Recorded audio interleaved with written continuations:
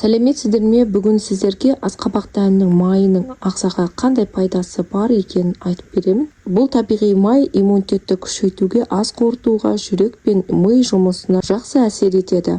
Видеоны соңына дейін көріп, пайдалы ақпаратты жіберіп албаңыздар. Ұнаса лайк басып, пікір қалдыруды ұмытпаңыздар.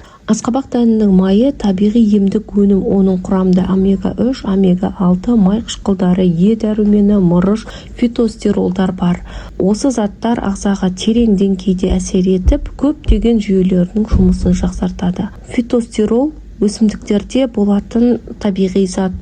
Ағзада жаман холестериндердің аз сіңуіне көмектеседі. Біріншіден, жүрек пен қан тамырларына әсері. Асқабақ майларындағы омега май қышқылдары қандағы жаман холестериндерді азайтып, жақсы холестериндерді көбейтуіне көмектеседі. Бұл қан тамырларының қабырғасын тазалап, олардың серпінділігін арттырады. Нәтижесінде қан қысымы қалыпқа келіп, жүрекке түсетін жүктеме азаяды және қан айналымы жақсарады.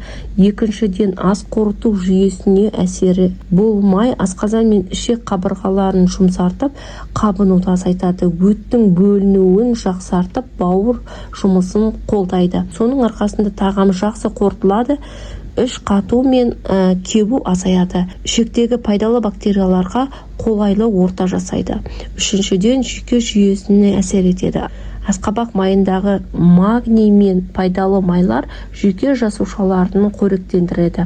Стресс гормондарына әсерін төмендетіп, адамды тыныштандырады. Ұйқы сапасын жақсартады, бас айналуы мен шаршау азаяды.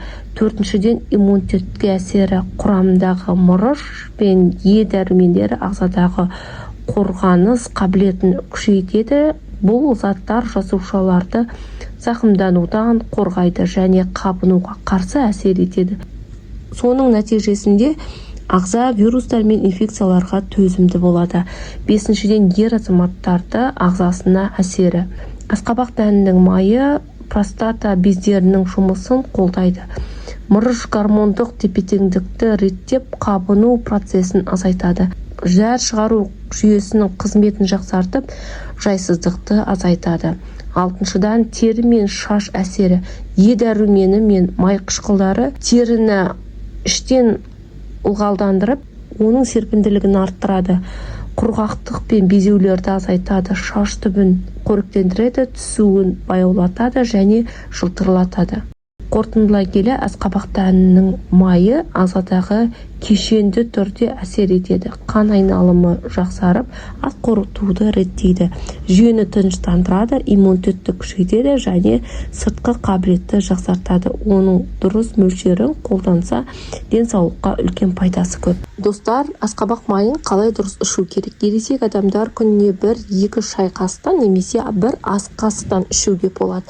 Ең жақсысы таңертең аш қарынға және кешкі ұйықтар алдында ішсеңіз өте пайдалы.